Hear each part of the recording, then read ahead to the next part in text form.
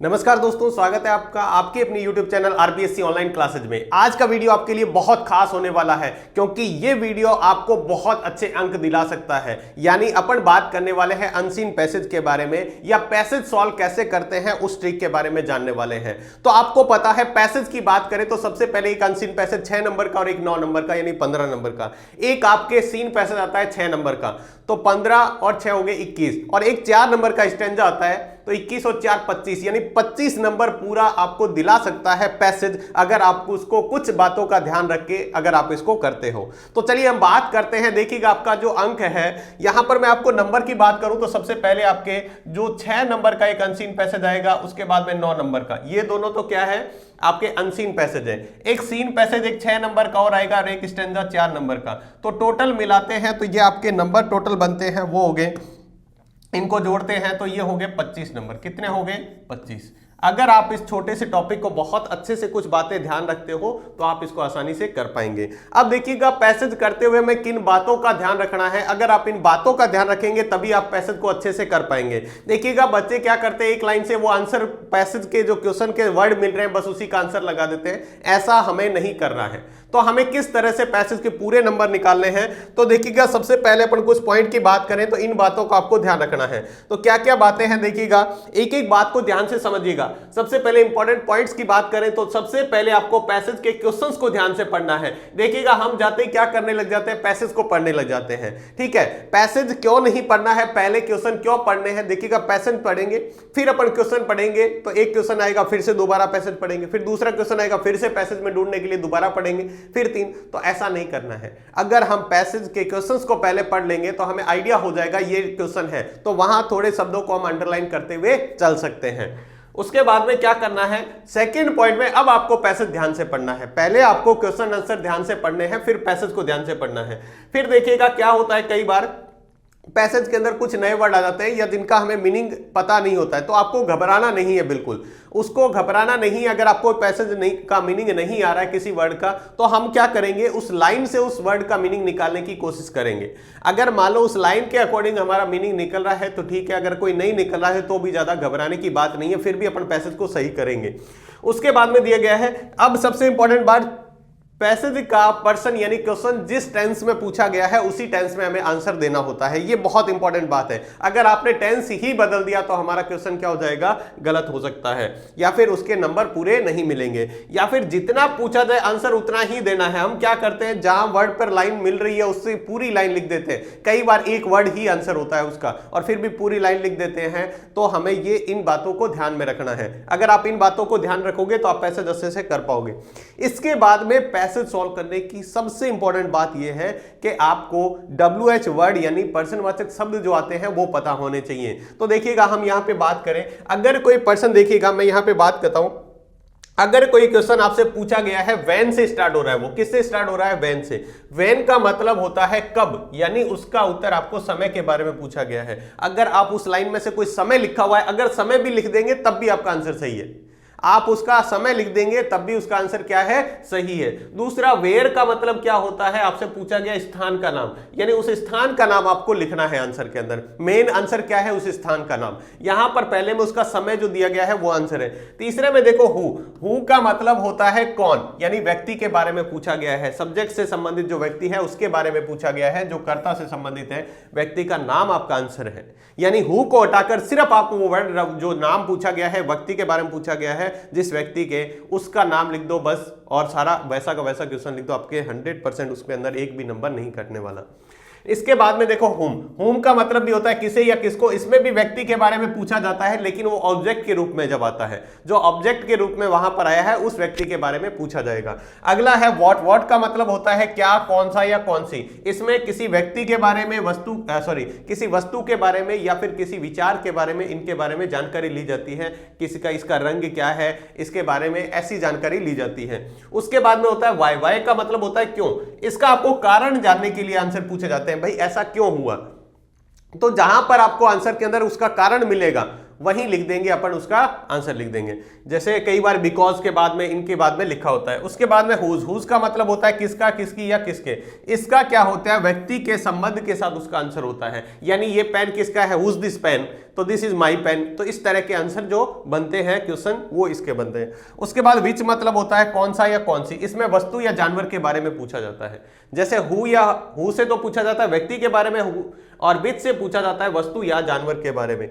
अगला हाउ का मतलब होता है कैसे, आपको उसका तरीका या उपाय बताना है। जैसे 100 के बाद में इसके बाद में आंसर लिखा होता है इसके बाद में, ठीक है। तो हाउ का मतलब होता है कैसे, आपको उसका तरीका बताना है या उपाय बताना है जो पर्सन में पूछा गया है उसके बारे में।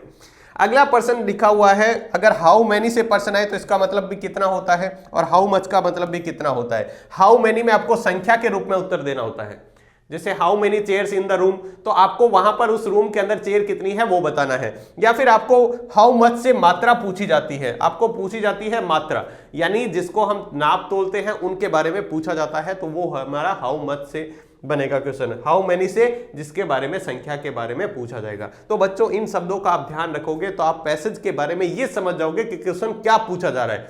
बच्चों को यही समझ में नहीं आता कि क्वेश्चन क्या पूछा जा रहा है। अब यहां पे हम बात करेंगे आपका जो 6 नंबर का पैसेज आता है सिर्फ ऑब्जेक्टिव टाइप का, उसको कैसे करना है। तो देखिएगा बच्चों, जैसा कि मैंने आपको बताया आप उसी तरीके को अपनाइए। सबसे पहले हम क्या करते हैं, फटाफट क्वेश्चन को रीड कर लेते हैं। India's most ancient text is, India's का मोस्ट एसेंट टेक्स्ट कौन सा है, यानी एसेंट टेक्स्ट के बारे में पूछा गया है इंडियाज। दूसरा है the word Sindhu's, Sendhwa comes from, जो सिंधवा वर्ड है वो कहां से आया, यानी सिंधवा वर्ड के बारे में पूछा गया है। अगला है the Indus rivers refer to, Indus rivers refer किसे करता है, और the part which is not listed in the Mahabharata, कौन सा पार्ट है जो महाभारत में लिस्ट नहीं है। अगला पर्सन पूछा गया choose the similar word of the following the passage well known, well known का सिमिलर वर्ड इसका बताना है। और लास्ट पर्सन पूछा गया choose the opposite of the word, opposite word बताना है मॉडर्न का। तो चलिए एक एक बात को हम यहां से पढ़ते हुए चलते हैं। अभी आपने शब्द देखे, आपका आना चाहिए मोस्ट एसेंट हिस्ट्री, देखा word Sindhava come from, Indus river refer to, और which part is not listed in the Mahabharata. ये शब्द हमारे पैसेज के अंदर साथ में ही अपन टिक करते हुए चलेंगे ताकि आंसर मिल जाए। The Rigveda is the most India's most ancient text, देखो सबसे पहले मोस्ट एसेंट टेक्स्ट दिखा हुआ था तो पहले ही हमने यहां पे अंडरलाइन करके एक बार छोड़ दिया, ठीक है। एक लाइन एक बार देखो, हमारा पर्सन अब पैसेज के साथ साथ आंसर भी मिलने स्टार्ट हो गए शुरू में ही। As not that the several 1000 years old, देखो ये कह रहा है Rigveda is India's most ancient text, Rigveda है वो इंडिया का मोस्ट क्या है, पुराना टेक्स्ट है। As we know that the it's several 1000 years old, ये क्या है, हजारों साल पुराना है। हालांकि आपको अगर मान लो नहीं आ रहा आंसर ट्रांसलेट करना तो भी कोई दिक्कत नहीं है, आपको जैसे समझ में आ रहा है उसको पढ़ने की कोशिश करें। It gives the north western region of the subcontinents the name Sapta Sindhava, that is the land of the several rivers. देखो आपको ये क्या कहा गया है, the is north western region of the subcontinents, महाद्वीप के उत्तर पश्चिमी क्षेत्र में क्या है ये स्थित है। That is the land of सर्वल reverse, जो सप्त सिंधवा नाम है वो किसके कारण सप्त सिंधवा पड़ा है, क्योंकि यहां पर क्या है लैंड ऑफ 7 रिवर्स है, यहां पर 7 नदियों का क्या है स्थान है, इसलिए इसको क्या कहा गया है, सप्त मतलब 7 Sendhwa. The word is Sendhwa comes from the Sindhu. अब देखो यहां पर पूछा हुआ था ये पर्सन सिंधवा, ये देखो दूसरा person word Sendhwa is come from कहां से आया है, तो ये यहां से देखो इसका आंसर मिल जाएगा हमें। अगला दिया हुआ है which refer to the Indus rivers, ठीक है, which refer to the Indus rivers. Move on the times we see name the other parts of India's appear in the literature, इसके कई नाम हमें अलग अलग लिटरेचर के अंदर यानी साहित्य में इसके नाम कई मिलते हैं। The Mahabharata is one of the most India's most famous text, Mahabharata भी क्या है एक अलग अलग मोस्ट फेमस क्या है टेक्स्ट है। It list many region such as Kashmir, यहां पर देखो कश्मीर, कुरुक्षेत्र, वंगा, कच्छ, केरला, ये नाम इसके अंदर आए हैं। इसके अंदर क्या है, इसके अंदर लिखे हुए हैं।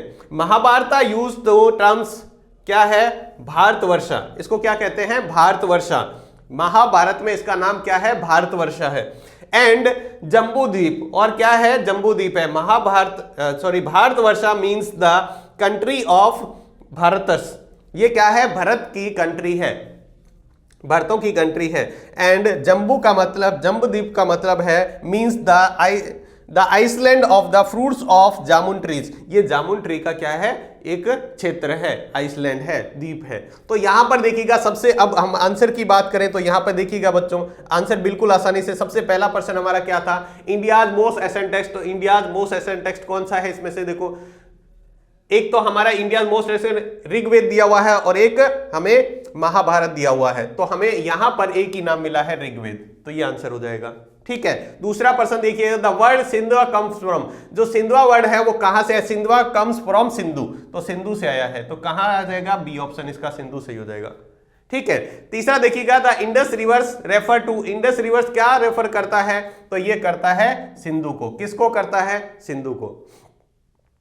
अगला है the part which is not listed in the Mahabharata. Mahabharata में इसमें से कौन सा नाम नहीं है, कश्मीर, वंगा, केरला और बिहार। तो बिहार यहां पे नहीं है, देखो कश्मीर भी हमने पढ़ा, ठीक है, वंगा भी पढ़ा और केरला भी पढ़ा, लेकिन बिहार नहीं है, तो इसने पूछा है कौन सा नहीं है। अगला पूछा है choose of the similar word of the famous following of the passage. Well known. Well known का मतलब क्या होता है, जिसको अच्छे से जानते हैं, और यहां पे हमारा एक शब्द आया है जिसके लिए, वो है देखिएगा फेमस, यहां पे लिखा हुआ है the famous Mahabharata is the one of the India's most famous text, मतलब बहुत सुप्रसिद्ध। तो इसका मतलब क्या होता है, सिमिलर वर्ड हो गया हमारा फेमस या सुप्रसिद्ध हो गया। यहां पर देखिएगा, यहां पर इस ट्रिक को अपनाने हैं आपको। जो वर्ड आपको यहां पे दिया हुआ है, अगर वो एडजेक्टिव है तो इसका आंसर एडजेक्टिव में होगा, ध्यान रखना। अगर वो वर्ब है तो इसका आंसर भी वर्ब में होगा। अगर वो एडवर्ब है तो इसका आंसर यहां पे वर्ड चाहे वो सिमिलर हो चाहे अपोजिट हो, वो एडवर्ब ही होगा। ये बच्चों आपको ध्यान रखना है। Choose the opposite word. आपको अपोजिट वर्ड बताना है किसका, मॉडर्न का। मॉडर्न का मतलब क्या होता है, आधुनिक। ठीक है, लेकिन आपको पता है यहां पे एसेंट जो दिया हुआ है, एसेंट का मतलब क्या होता है, प्राचीन, यानी इसका अपोजिट वर्ड बताना था, तो ये क्या हो जाएगा, प्राचीन। तो बच्चों आपको इस तरीके से पैसेज, जो ऑब्जेक्टिव टाइप पैसेज है, वो सॉल्व करना है। नेक्स्ट वीडियो के अंदर अपन ये जानेंगे कि जो डिस्क्रिप्टिव होता है, जिसका आंसर हमें लिखना होता है, वो किस तरह से लिखना है, ताकि उसमें से भी आपके 9 में से 9 नंबर आप निकाल पाओ। तो बच्चों अगर आपको इसमें कोई दिक्कत आ रही है तो आप कमेंट्स में लिखकर बता सकते हैं, लेकिन मैं आपको कह रहा हूं आपको क्या करना है, पैसेज से पहले क्वेश्चन आंसर एक बार रीड करने हैं, उसके बाद पैसेज को अच्छे से पढ़ना है। अगर आपको वो वर्ड जो आपको क्वेश्चन में दिखे थे वो इसके अंदर दिख रहे हैं, तो उसको वहीं से अंडरलाइन करते हुए चलें। ठीक है, और सबसे इंपॉर्टेंट बात, इन वर्ड्स का आप अर्थ जाने। ठीक है, अगर आप इनको आप जान जाएंगे तो आपका आंसर देना क्या हो जाएगा, बहुत आसान हो जाएगा, बहुत आसान हो जाएगा। जो हम आगे डिस्क्रिप्टिव जो आंसर लिखते हैं उसके अंदर वो बहुत काम आने वाले हैं। तो आज के वीडियो में बस इतना ही, मिलते हैं नेक्स्ट वीडियो में नए इसके सेकंड पार्ट के साथ। तब तक के लिए सभी को बहुत बहुत धन्यवाद।